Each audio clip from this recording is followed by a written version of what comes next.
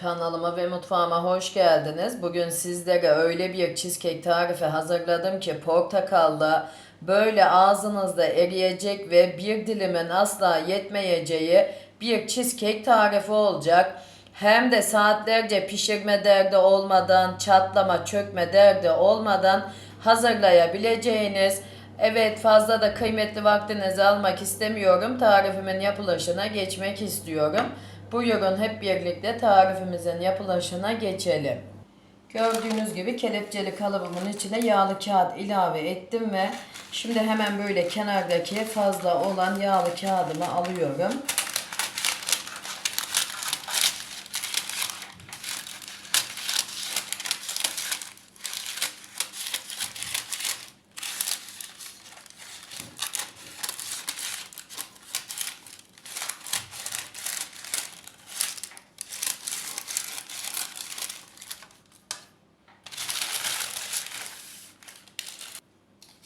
Ve hemen böyle kelepçeli kalıbımı yan tarafa alıyorum ve taban kısmını hazırlamaya başlıyorum.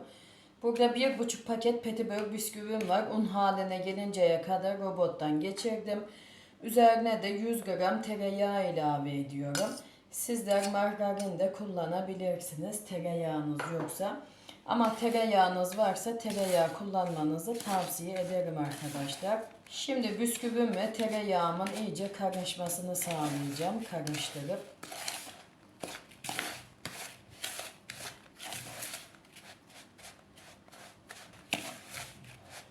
Evet, tamam, yeterli. İyice karıştırdım. Şimdi kelepçeli kalıbımın içine alıyorum.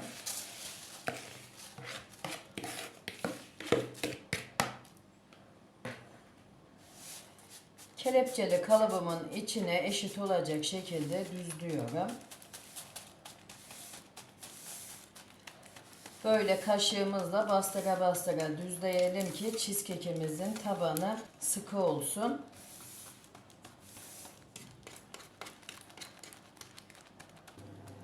Evet, gördüğünüz gibi iyice düzledim. Sıkı olacak şekilde. Şimdi dolabımın alt kısmına kaldıracağım ve 10 dakika dinlendireceğim.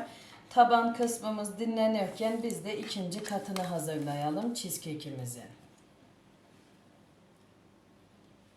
Şimdi 200 gram kabımın içine labne peynirimi alıyorum.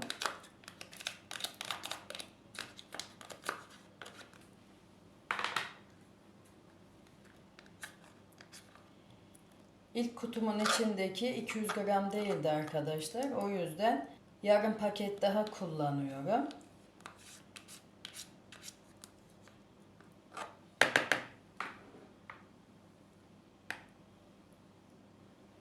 Üzerine bir kutu da sıvı krema ilave ediyorum. Bu arada hemen bir püf noktası vermek istiyorum. Malzemelerinizin soğuk olmasına dikkat edin. Sıcak olmasın, yoksa kıvam almaz.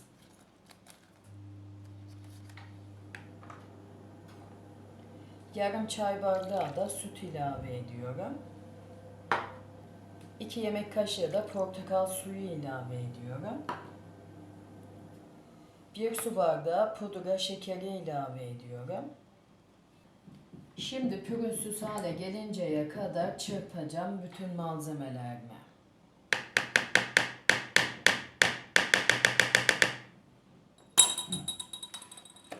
Mikserimizin yüksek ayarında çırpacağız arkadaşlar.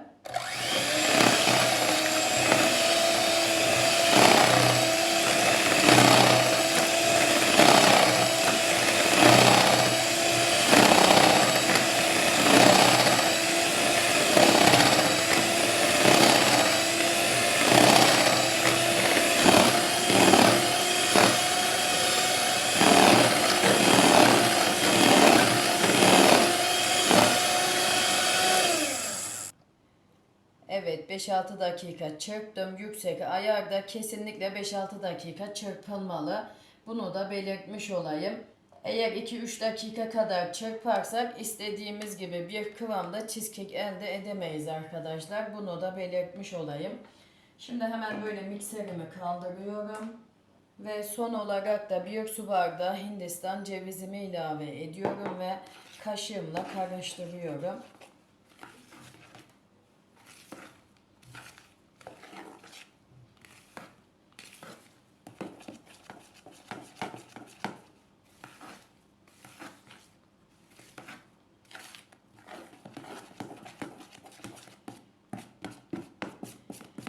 Hemen bunu da belirteyim arkadaşlar. Eğer baktınız çok akışkan, kıvam almadı. 1 su bardağı Hindistan cevizi değil de 1,5 su bardağı Hindistan cevizi de kullanabilirsiniz. Kremanızın kıvam alması için. Benim 1 su bardağı kullanmam yeterli oldu. Hemen şöyle göstereyim. Kıvam aldı. Kıvamı bu şekilde olmalı. Dediğim gibi eğer kıvamını tutturamazsanız, çok akışkan olursa böyle su gibi, 1 su bardağı değil de 1,5 su bardağı Hindistan cevizi kullanabilirsiniz. Hemen böyle son kıvamını da göstereyim. Yani bakar mısınız, kaşığımızdan artık zor düşmeye başladı. Çünkü durdukça kıvam alıyor. Şimdi hemen böyle kalıbımı getirip ilave etmek istiyorum.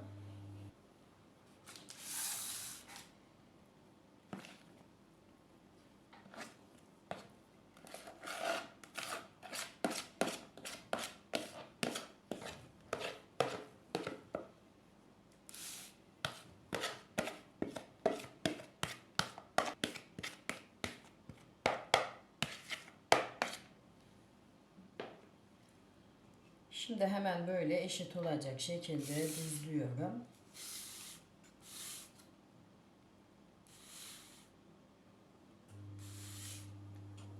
Evet, yeterince düzledim. Şimdi tekrardan dolabımın alt kısmına kaldıracağım. Biz de bu arada portakal sosumuzu hazırlayalım.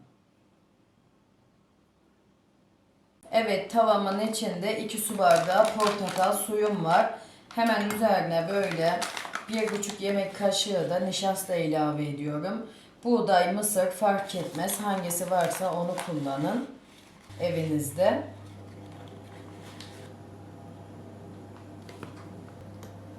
Üzerine 1 çay bardağı da şeker ilave ediyorum. Ve şimdi pürüzsüz hale gelinceye kadar karıştıracağım.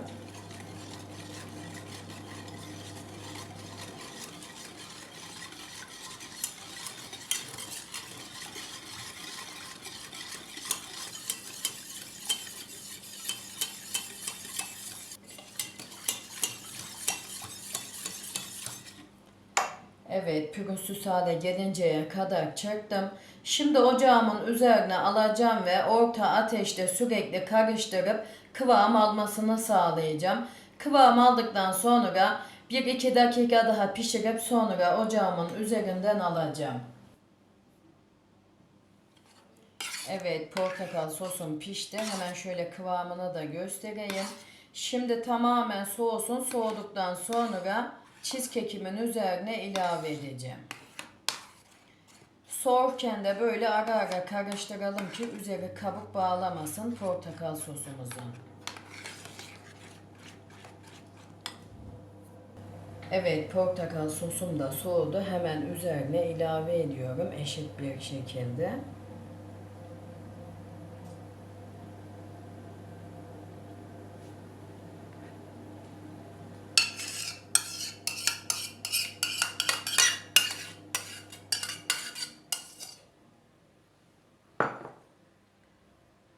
Çok dibe inmeden böyle yüzeyden düzleyelim ki kenarları iyice kapansın.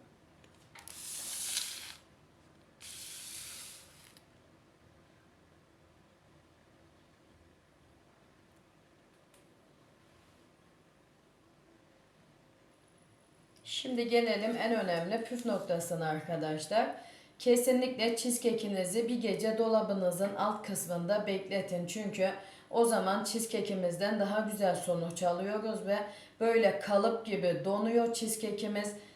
Servis ederken de böyle dondurma gibi, kalıp gibi oluyor. Böyle bir cheesecake elde etmek istiyorsak kesinlikle bir gece dolabımızın alt kısmında dinlendirmeliyiz. Eğer derseniz ki aniden karar verdik cheesecake yapmaya ve gün içinde de misafiriniz var.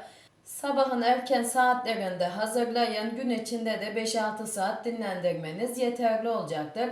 Ama vaktiniz varsa dediğim gibi bir gece dolabınızda bekletirseniz daha güzel sonuçlar alırsınız. Bunu da belirtmiş olayım. Şimdi cheesecake'imi dolabımın alt kısmına kaldıracağım ve ben bir gece dinlendireceğim. Dinlendikten sonra da yarın servis aşamasına geçip sizlerle iç dokusunu da paylaşacağım. Evet, cheesecake'imiz dinlendi. Şimdi hemen böyle kalıbımı açıyorum. Ya bakar mısınız? Hiç zorlanmadan da kalıbımı aldım, çıkardım. Şimdi hemen böyle dilimlemek istiyorum.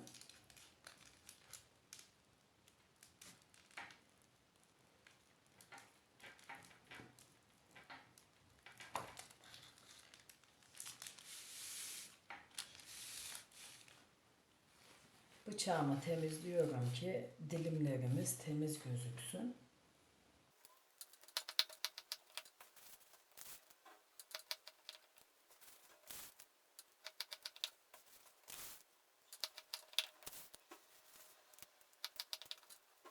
Şimdi hemen böyle iç dokusuna geçmek istiyorum.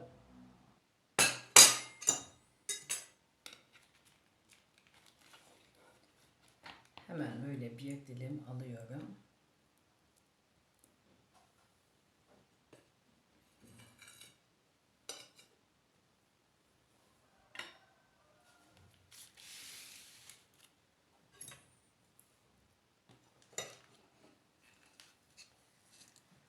Hemen şöyle yakından da göstereyim.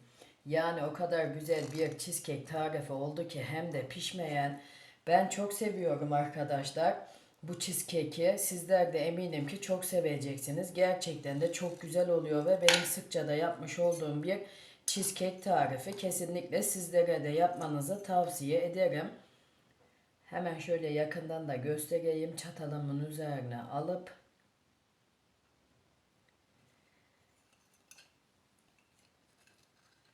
hemen bir de şöyle göstereyim. Yani portakalın da tam mevsimiyken kesinlikle yapın derim. Çünkü sizler de bayılacaksınız bu cheesecake tarifine. Şimdi hemen böyle bir tadım yapmak istiyorum. Sizler için hakkınızı helal edin. Kesinlikle her zamanki gibi çok güzel olmuş ve her yaptığımda inanın ki bu lezzete bayılıyorum ve çok seviyorum. Umarım sizler de seversiniz ve beğenirsiniz. Evet, bugünkü tarifim de buraya kadardı. Sizler böyle tarifimin son dakikalarını izlerken ben de sizlere yavaş yavaş veda edeyim. Tarifimle alakalı aklınıza takılan sorularınız olursa yorumlar kısmına yazabilirsiniz. Elimden geldiği kadar hızlı cevap vermeye çalışıyorum. Bunu da belirtmiş olayım. Kendinize iyi bakın. Allah'a emanet olun. Hoşça kalın.